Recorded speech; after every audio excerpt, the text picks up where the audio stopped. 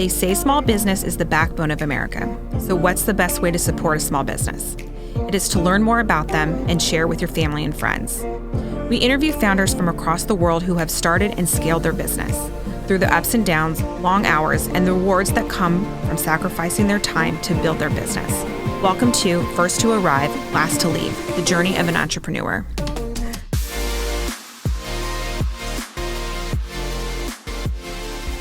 All right, welcome to another episode of First to Arrive, Last to Leave. Welcome, Jolene Risch of Risch Results. Welcome, Jolene. Thank you. I keep wanting to say rich, but I got to go Risch. Yeah. Okay, like fish. I'm going to remember that. Yeah. All right, Jolene, you are like infamous in the 10K SB community. It's in a very good way. Everybody talks about you just from a successful business adventure. I know there's a lot of respect for you. I know you actually took one of the staff too. That's another way I heard about you originally. So can you first tell us a little bit about Risch Results and how it began? Yeah. So Risch Results, we're a recruiting company. We primarily do direct hire recruiting. So we work on the company side. So company calls us or organization calls us and says, we're looking for this type of person, and we find that type of person.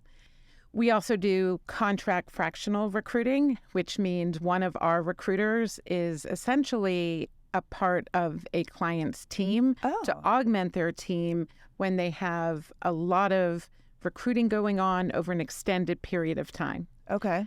So how did it all start? Well, so I think I was thinking about this question, and I think how it started is really just my interest in the way people work effectively together in groups. So I'm a people watcher. It's always fun to sit on a bench and just watch people go by, watch groups of people go by. When I was in high school, it's funny, I was watching this Instagram video, and this kid, or he seemed like a kid, a young guy, was asking all these college students, what was your common app essay on? Just one after another. And my youngest son, I have 3 boys, my youngest son just went through it. So it's always interesting to hear what people wrote their essay on. Well, I started thinking about my essay. Well, my essay was on a book called The Drifters by James A. Michener. Not like great literature, but it was a really fun book. But what I wrote about was how this group of probably kids in their 20s were traveling around the world, and how they got along, how they formed mini groups within them, what worked well for them, what didn't work well for them, the people that were more of the leaders, the people who were kind of troublemakers. And that's what I wrote my college essay on. So then, I guess, fast forward a little bit, I majored in sociology. I actually taught for a year. And then I went into the Peace Corps. And while I was in the Peace Corps, I realized that I didn't want to do education, although I have incredible respect for teachers. But I really wanted to focus on this group process stuff. And I picked up this book, and it was all about industrial psychology and organizational behavior. And I was like, whoa, that's it. Went to graduate school in organizational psychology. And after that, I worked at EY Consulting for about 6 or so years. And I worked in their people group. So it was essentially people in performance. And I loved it. It was great. It was a great experience. And really, I think the best thing about EY was the opportunity to continue to learn. Because that's another thing I think that is just a theme in my life, just looking for ways to continue to learn and grow. I took a leave of absence when my middle son, who's now 21, was 2 or 3, and then decided not to go back. And I started talking to business owners about what kind of people needs they had. I thought I would go into consulting, but what it came down to was help me hire the right person. And when I officially started the recruiting thing, I didn't really have experience in recruiting. I'd done lots of interviewing, and I understood people, but not recruiting. And it was really a matter of where do you find the people? Well, right when I launched my business, it was 2006, 2007, going through a recession, and companies had lots of people applying to jobs. The question was, how do you find the right person? Right. And that's kind of how we set ourselves apart. Not just here are lots of resumes, but how do you really find the right person for each company? So I think it's so important, especially, I guess this may be timely. I'm saying this now because obviously we're going from I can't get people to stay, I can't find the right people, to there's a lot of layoffs happening, so the talent pool will fill up here a little bit, I guess. I don't know what's going to happen. But anyway, what is that? And I don't want you to give away your secret sauce, but where the difference between here's a job rec, here's, a list of duties I need fulfilled, here's what you're going to do, versus, all right, maybe they can do some of this, maybe they can't, but they're still the perfect fit because of this person. Is it just understanding culture and then asking candidates the right question? Like, what are the things that you can look for outside of just, you have this, but, you have these certain skill sets, but I know this is going to be a great fit for this company. Does that question make sense? Yeah, it totally makes sense because typically that's the question I'm asked. Yeah. How do we really find the right person? Sometimes it's because the actual position is kind of complicated and not straightforward. Like, I need a controller. I mean, we love straightforward positions like that. But it may also be, I need this kind of accountant that has specific experience in X and Y. So you want to definitely be aware of their skills and experience, but you don't want to get so hung up on that you're not paying attention to who the person is. I think it's what you said. I think it's a mixture of culture and values. Okay. So I used to use the term helping companies find great talent that fits. And I realized that somebody who fits isn't necessarily the right person for the job either, or the right person for the company, because what I see often is the right person is going to be like us. It's the kind of person that you want to go out and have a beer with after work and this and that, but that doesn't always help a company grow. And so now we're hearing a lot about, well, how does diversity play a part in forming great teams? Well, even though someone may come from a different background, have different experiences, you still want someone to understand and share the values of the company. So we try to focus as much on the values, which really are, people who are, acting in a way that, is in line with the values, that forms the culture. Those behaviors form the culture, right? And so it's really about interviewing for values, being open-minded also, casting a wider net, not just looking at, okay, who do I know, who went to my university? So we've always used a research-based process for finding talent. And it's kind of interesting because in the beginning, everyone would say to me, well, if you're going to start a recruiting company, you have to pick one industry, or you have to pick, one type of job. Are you accounting? Are you construction? Yeah. And I was like, yes. I'm not going to turn down anything. Starting a business, I'm going to be open to it all. And I think forcing us to find people that weren't just nicely in our database really helped us hone in on how do you research and find people where they are, and in doing so, cast a wide net. I think the secret sauce for finding great talent is being open-minded, being aware of your unconscious biases, doing it, not necessarily relying on the same way you've always done it. Yeah. I think that's really what it's about. It's so interesting. I think it's just obviously more and more important now, more than ever, as people are, they have more options, they're pickier, but also people, it's so funny. I came from the corporate world, and I'm a farm girl, and I'm a Midwestern girl, so I'm very rule follower. Like, that's how. And I can't imagine like starting a job and then being like, this isn't a fit, I'm leaving. Like, I started a job and I stuck with it. Like, I was hired there. I stuck with it. And I don't want to say kids nowadays, but I'm getting at that age that I can. But it's like, they'll leave. Like, if they get there and they're like, yeah, I'm not right, I'm gone. Like, and they have. Not that I'm saying I'm right and they're wrong. It's just the way it is now, right? Like, it's just crazy to me that you could have all right, I think this person's a fit, and now they were here for a week and now they're not here anymore, and now I'm back to square one? I mean, I think that plays into the recruiting process and also the onboarding process. So although we primarily do recruiting, I think that this year, one of the things we're going to be talking about and trying to do more of is helping clients also with the onboarding process and maybe even some performance management, which is actually what I did at EY. The reason is because I think that makes a huge difference when someone at 30 days and 60 days and 90 days, you continue to have those discussions on how things are going and what do you like and what do you don't like, just really transparent communication with people who work for you. I think that can really help. But it's true, like you sometimes wonder, are kids as patient as they could be? Look, I have a 24-year-old who's working. I have a 21-year-old. And they're super, super hard workers. And then my 18-year-old.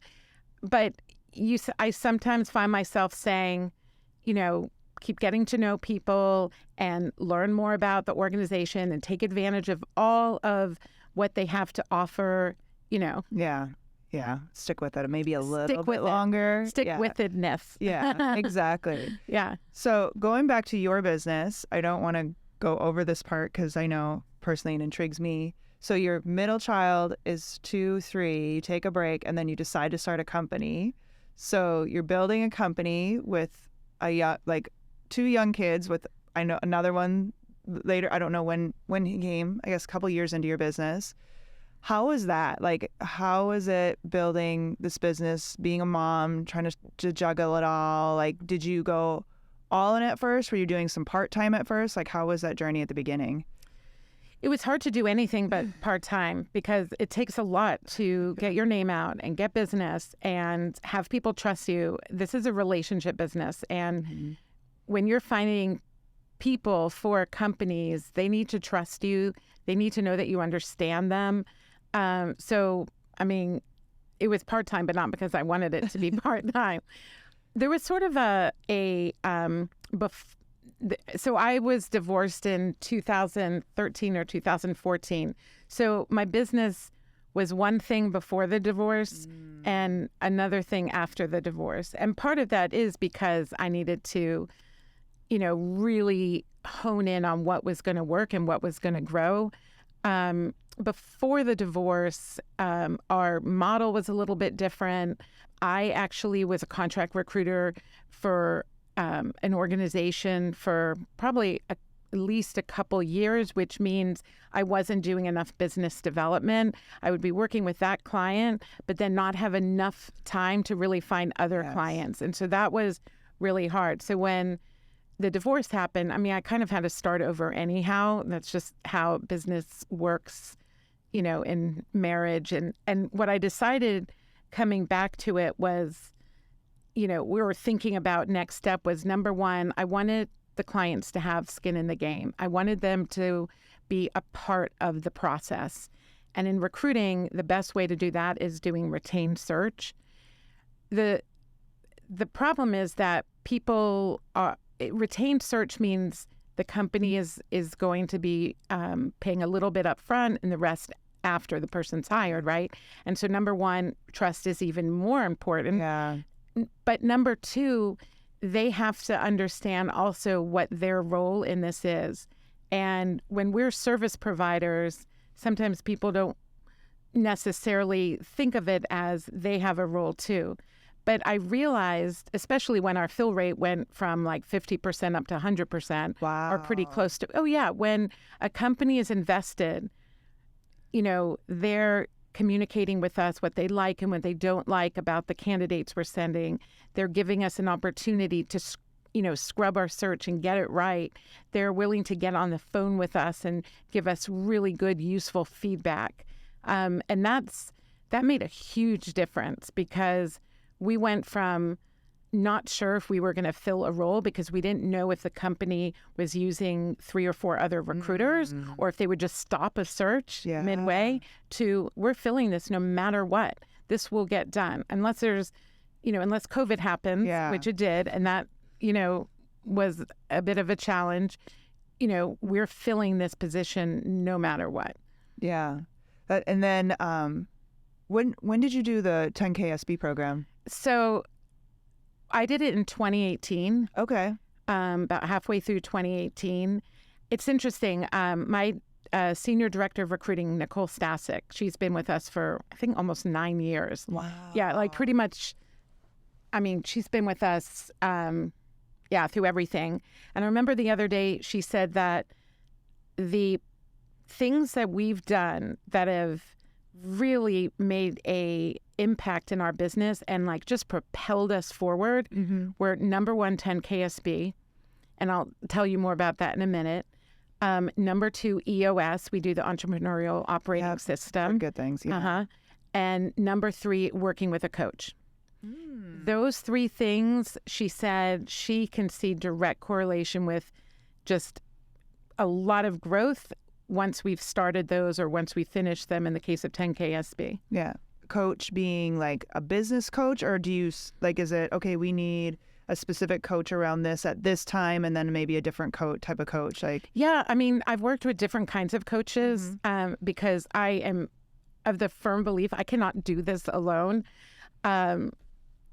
Right after 10KSB, I started thinking I need some more heads around this business. And part of that was because in 10KSB, you realize there's so many different ways to look at growth, right? First of all, the people who are facilitating the program are constantly pushing you and asking you questions and making you really think about, well, what else can I do in my business, or what should I not do in my business, right? So I really enjoyed that partnership, so to speak. And I think you know Leslie Hassler. Yep. So she was my first coach after 10KSB. Okay. We worked together 2 years through the pandemic. Oh. Yeah. And it was a really important step in just another step in propelling my business forward.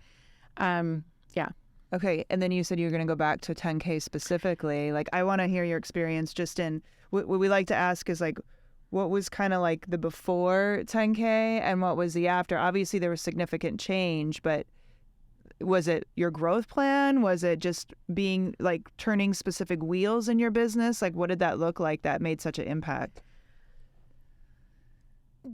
So I've been in the people industry for 25 years, and I didn't go to business school. I have a master's in organizational behavior. And so I'm really passionate about the people side and, finding great talent and how to build teams and that. But the essentials of running a business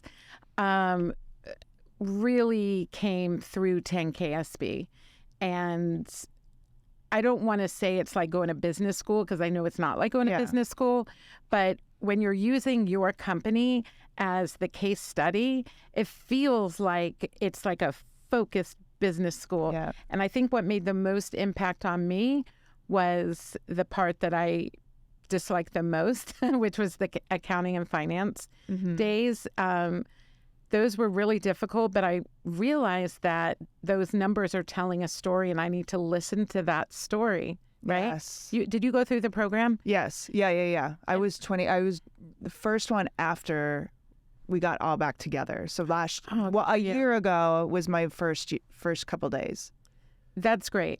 Because I think it also made a difference being able to do it in person. So Really I thought did. I was able to do it in person also.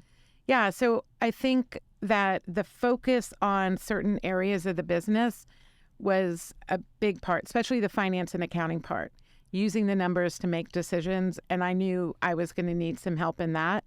The other part was the growth plan. But to be honest with you, the growth plan I thought about in 10KSB wasn't something I did long term.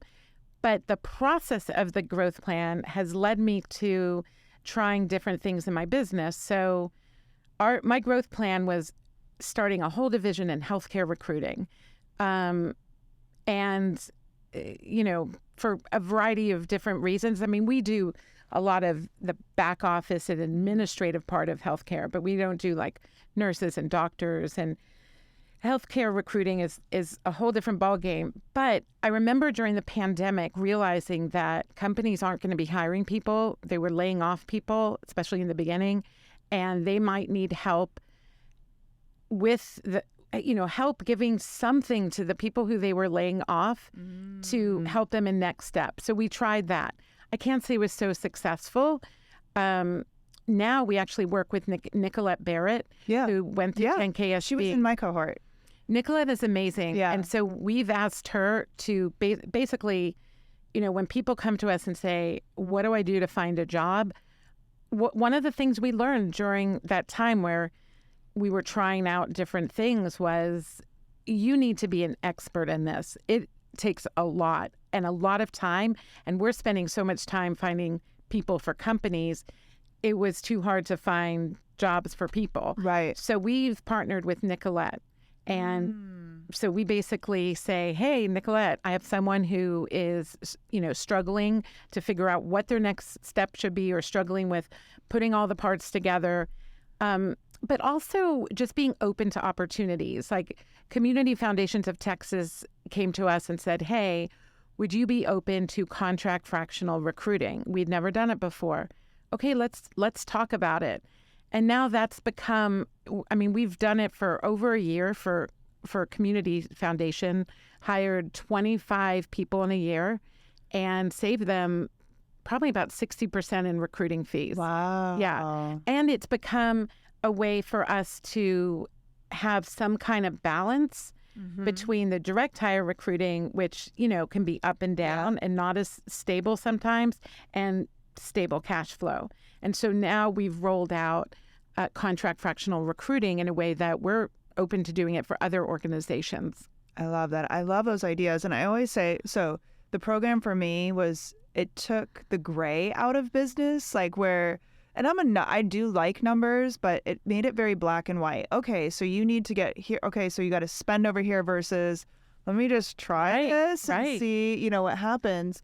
But also like that whole Nicolette partnership, I saw you guys posted on LinkedIn, and I always thought the program was the bread and butter, right? Like you go through this program and those 12 weeks are like everything, and then you're done, right? Like, and where I've really found the magic is in the after, where it's like the connections you make. Like I never would have met you, and you know what I mean? Just all those things, the community it's cultivated, but also just they don't stop helping you, and they don't stop trying to figure out ways to help you grow just because you graduated. Like that is only the beginning, and it's just it's so special to me. I really I'll come home and I'll get emotional talking to my husband because he'll be like at NABO or something where you see a bunch of 10Kers there, and it's like I just feel like it's a family that I can't explain, like it's so cool. Yeah. So absolutely. I think just entrepreneurs have a lot in common. Sort of the balance of risk taking and hard work and, creative. And so you have this room filled with people like that, and you understand each other and you want to support each other. And then you have this amazing staff, right? Yeah. Josh Johnson, he is just all about helping everyone. Yeah. He's so funny. My kids, we won the event for the summit where if you had the most cohort people, they gave you like $1,000 for a happy hour, right? Amazing. So we did this whole family event where spouses and kids got to come, and my kids like, hey, where's Mr. Josh? Like they always want to go see Mr. Josh. He's just so amazing. Joyful. Like he's a joyful person. He has the heart of gold. Yeah. He really is a special person. Yeah. But I didn't get him as my he came after. Oh, okay. My cohort also. Okay. Yeah. But now, he's in that role afterwards. So let's talk. I want to talk specifically. When Courtney's here, we always joke we don't want to talk about the pandemic or COVID because it feels like we've talked about it enough. But it sounds like you hit a pretty big bump in the time of COVID, which is interesting to me because I know there were layoffs, but then it seemed like there was a lot of hiring happening too. Can you talk about that time? Like what you've got Leslie helping you, you're like, and then all of a sudden this thing happens that no one can predict, no one can expect, and no one knows how to navigate. What did it look like for you? And then how did you navigate through it and around it? But when there was a halt? So there really was a halt. So all the positions we were working on were, put on hold, Yeah. which was like, okay, we're not hiring these people.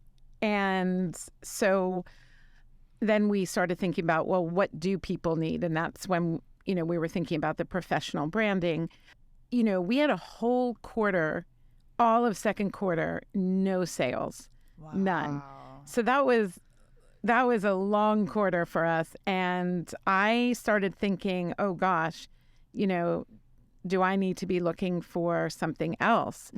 And I remember talking to Leslie about it, and she asked me, well, why do you want to, or why do you not want to look for something else?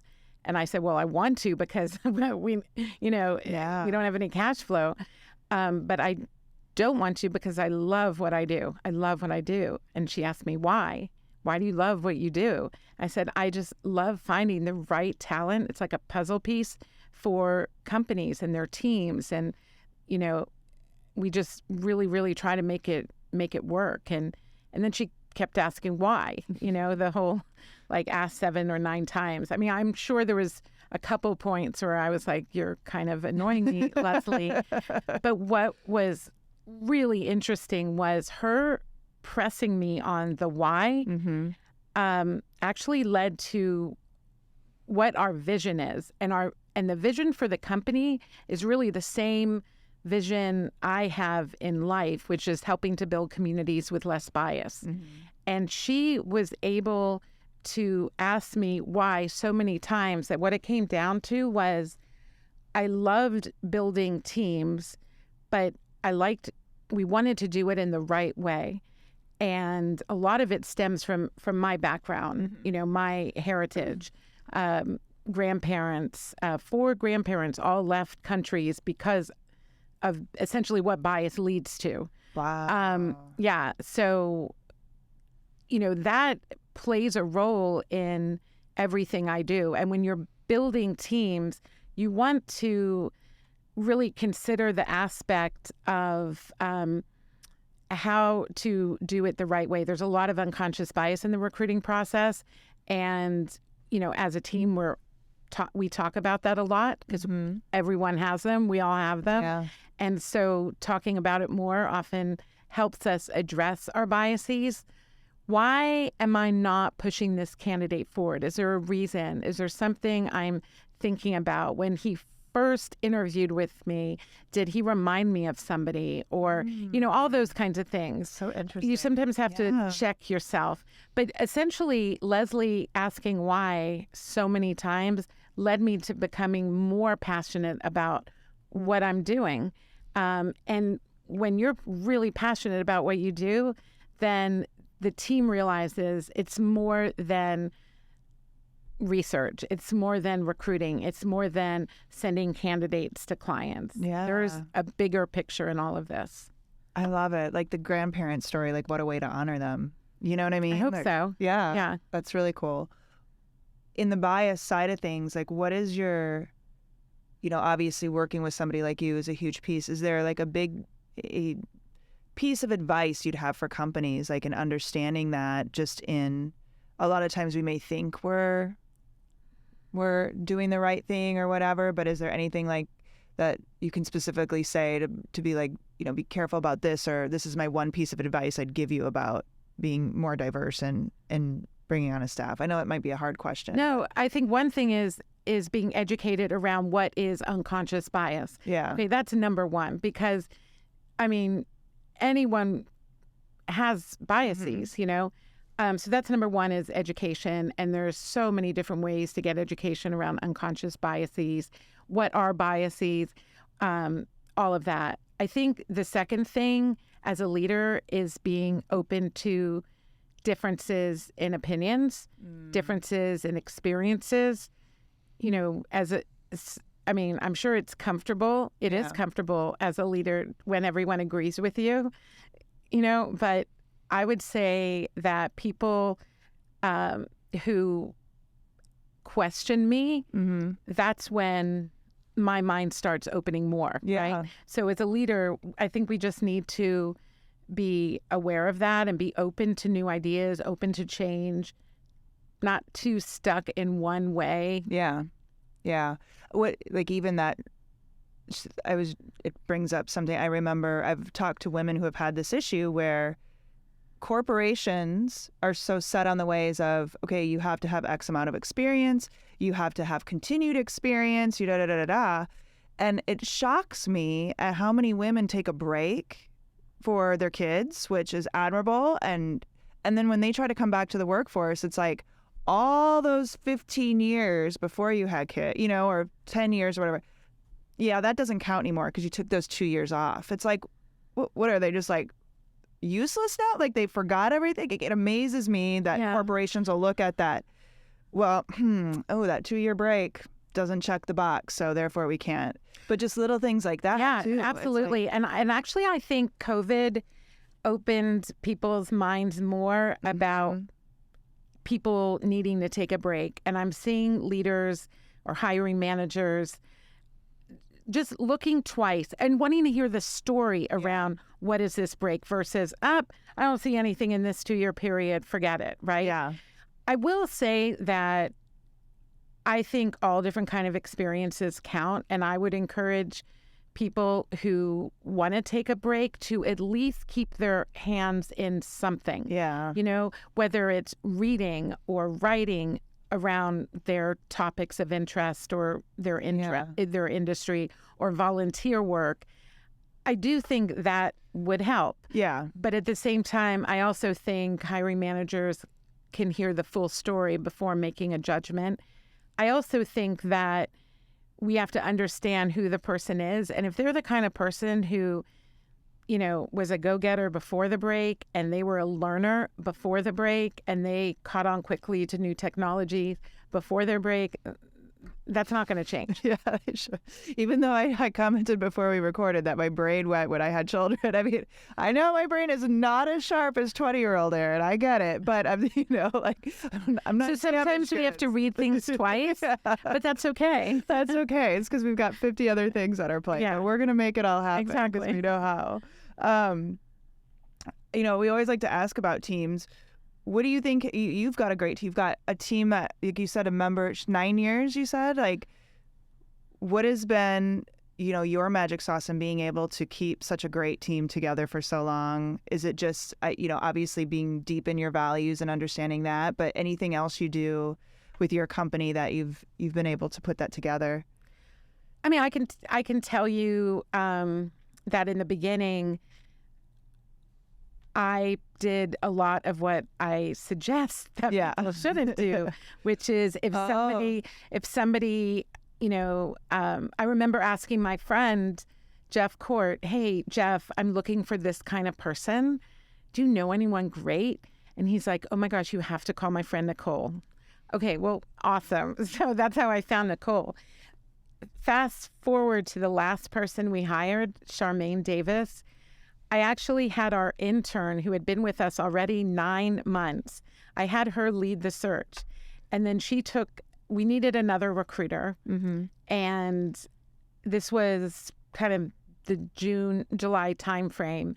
And Nicole, who's senior director of recruiting, basically was over the search, but she had the intern lead it. She found these candidates, Nicole and our recruiting manager, Kristen Graves. They interviewed them. They chose a couple from me. I was like, I don't know. They're both pretty darn great. What do you think? And we had some follow-up questions. Mm-hmm. And then those follow-up questions just kind of help bubble the answer. And then there's Charmaine, who not only is very smart and is really good at what she does as a recruiter, she exemplifies our values, which, can-do attitude. And can-do attitude. It's funny, when we were doing our values, we did it the EOS way, which is think about some people who you absolutely admire. Well, I was thinking of Amanda, who's been with us 6 years. And Amanda is our research manager, and she's always willing to try something, do something, look for a new technology, whatever it is. Mm-hmm. And we're like, Amanda, because she has a can-do attitude, right? And then that's something we talk about all the time. That's one of our values, right? Or solution-oriented. I mean, Charmaine was just struggling to find the right kind of construction manager for a pool company, a design and build pool company. And all of a sudden she was like, wait, I know. And she started looking in some different kind of Facebook groups. We rarely go into Facebook for doing searches, but construction, we do we do probably about 25% of our work is in the construction industry. And when you get to the people who are like out there in the field, they're going to be looking at Facebook and they're not going to be looking at LinkedIn, right? Yeah. So she started just having conversations with people in different construction groups. Boom, all of a sudden we had all these great candidates. So, she really exemplifies a lot of those values. And another value, caring and generous. The way our team helps each other is really nice. Like everyone's, Kristen has a HR background before starting with us. She's the only person.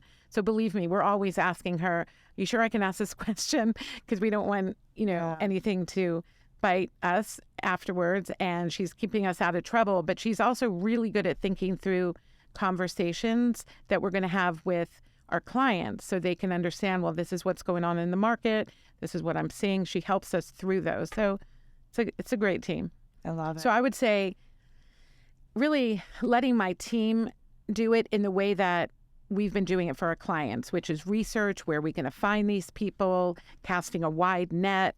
Yeah. That was, and really interviewing people for our values was helpful.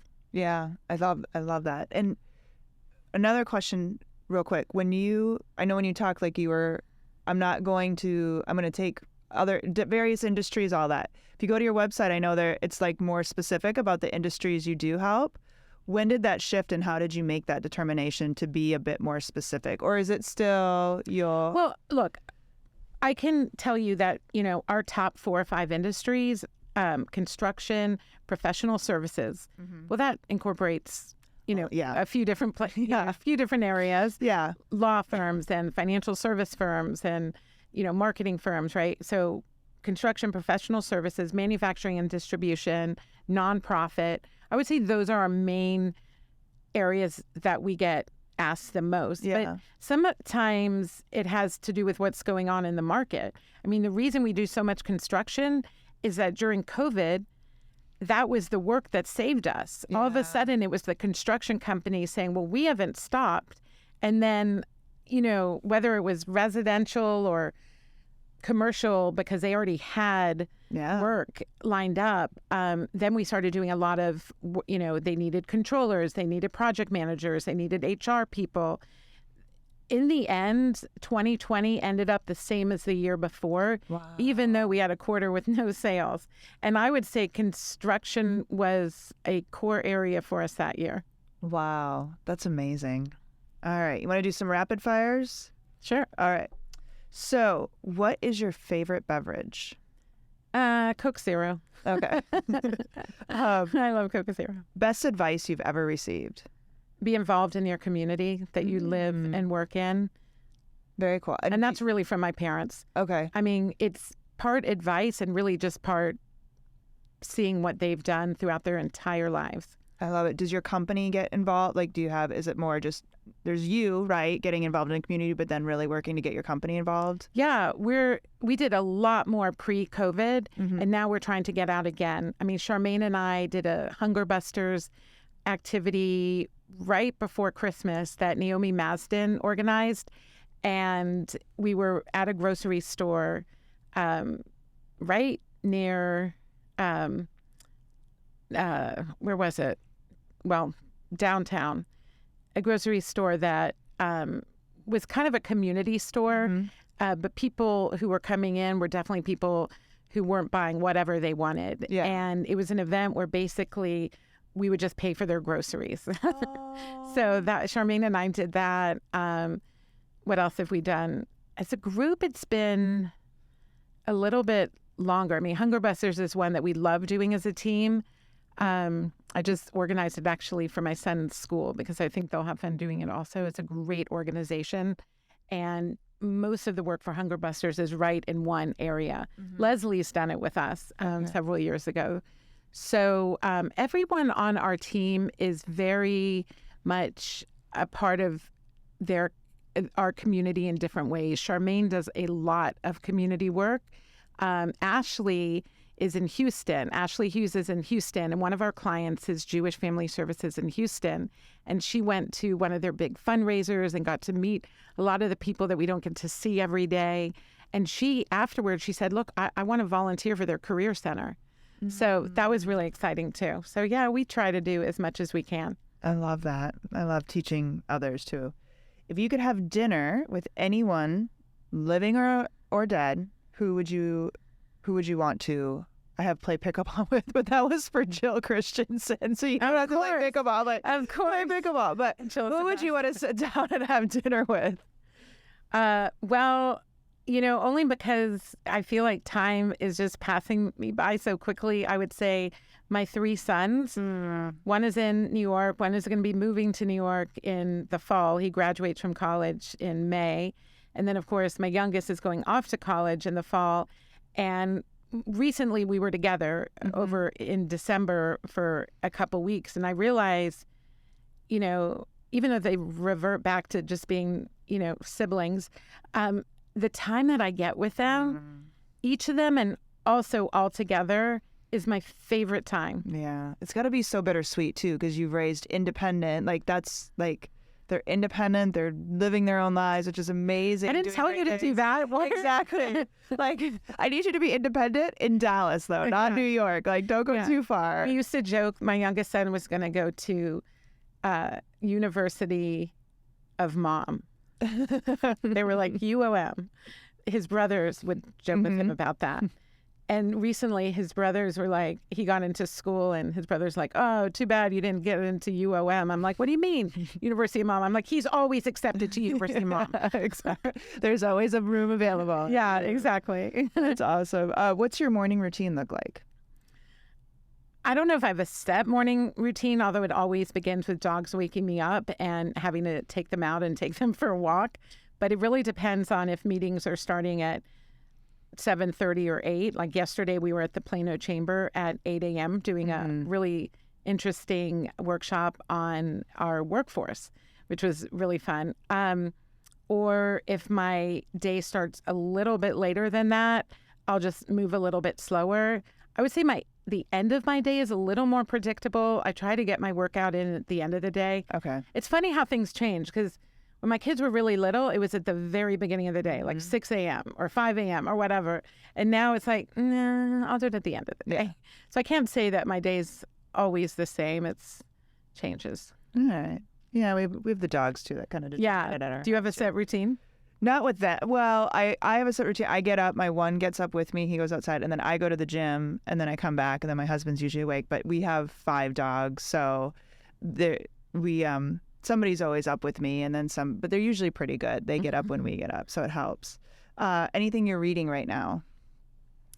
I'm reading the book by Robert Iger. He's the past CEO of Walt Disney. And he's coming back, right? Is that the one who's coming back or no? I believe so. Okay, yeah. It is really fascinating. Really? It actually starts off when they're about to open Disney World China. Oh. And a lot of stuff was going on in the U.S. at the same time, and he was talking about that. And then it goes into his childhood, and then also just how he got his start in entertainment. It's really good. Okay, I'll have to add that one to my list. Yeah, I love biographies. I do too. I would say the best one last year that I read was St. Marshall. I have that one right now. Listen to it. Don't read it. Listen to it. I'm telling you, because she's the one who narrates it. It is, I think it just reminded me how important it is to whatever it is, but have some kind of spirituality in your life or belief in a higher power, something more. And she talks a lot about that when she was going through cancer. I love it. My daughter who's about to turn 10 is reading that book. They got to meet her at that NABO event. Amazing. And so my daughter was like, what's her book? Like, I want to read. And so she takes that thing to school, and because I'm like, are you sure you want? Like, because I know it's heavier material, but and then she's like, did you know, Mom, that she had cancer and she had this? And like, she's into that book. So as soon as she finishes it, I'm going to. She was honored. I'm on the executive board of the Dallas Holocaust and Human Rights Museum, and she was honored this past year, and she spoke, and she speaks so beautifully and so honestly. It was actually kind of funny because at one point a phone went off while she was speaking, and she's like, keep them going, keep them going. That's my pension. Keep them going. From her time at AT&T. She's like, I don't mind when they ring. She's great. Oh, that's awesome. Okay, last one. There's two more. What's your top bucket list item? I mean, they always involve travel. My middle son, who's graduating from college, and I are talking about going to South America this summer. So maybe that, but everything that has to do with my bucket list is connected to travel. Yeah, there's so many places to go. I know. And then you go to them and you're like, this wasn't enough. Like, I need to come back to this place and then go everywhere else. That's exactly how I feel. Every time I visit a place, I say I want to come back because there's more I need to see. Yeah. No, I feel like that the clock is ticking in terms of travel, big time. Yeah. All right. And last one, we're rephrasing this where it's what's your guilty pleasure, but a guilty pleasure that you don't feel guilty about or don't need to feel guilty about, but you still love to. But I still feel guilty. Well, it's like the thing you just love to do. I'll probably still feel guilty. I mean, it's probably Netflix or my Coke Zero instead of water. Any good Netflix shows that you're really into right now?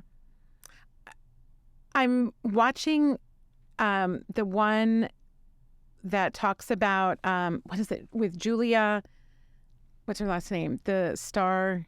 Julia Roberts, and it's all about what happened with Nixon and Watergate. Oh. And actually, was on there. You know what? It's not on Netflix. It's on Stars. Okay. Gaslit, all on Watergate. So is that where there's like a really powerful wife and they're trying to shut her up? Is that okay. I wanted to see that one. Gaslit. Yeah, it's good. I'm watching that. I think it's really good. She's really good. It's a different kind of role for her in some ways. Yeah. Awesome. All right. I'm going to add that to my list too. Yeah. Well, Jolene, thank you so much for doing this today. If somebody wanted to connect with you, find you, where should we send them? You can email me, Jolene Risch at richresults.com. You can go to our website, richresults.com. All right. Awesome. And we'll have that in our show notes. So thank you so much, Jolene. Thank you. I appreciate it. Yeah.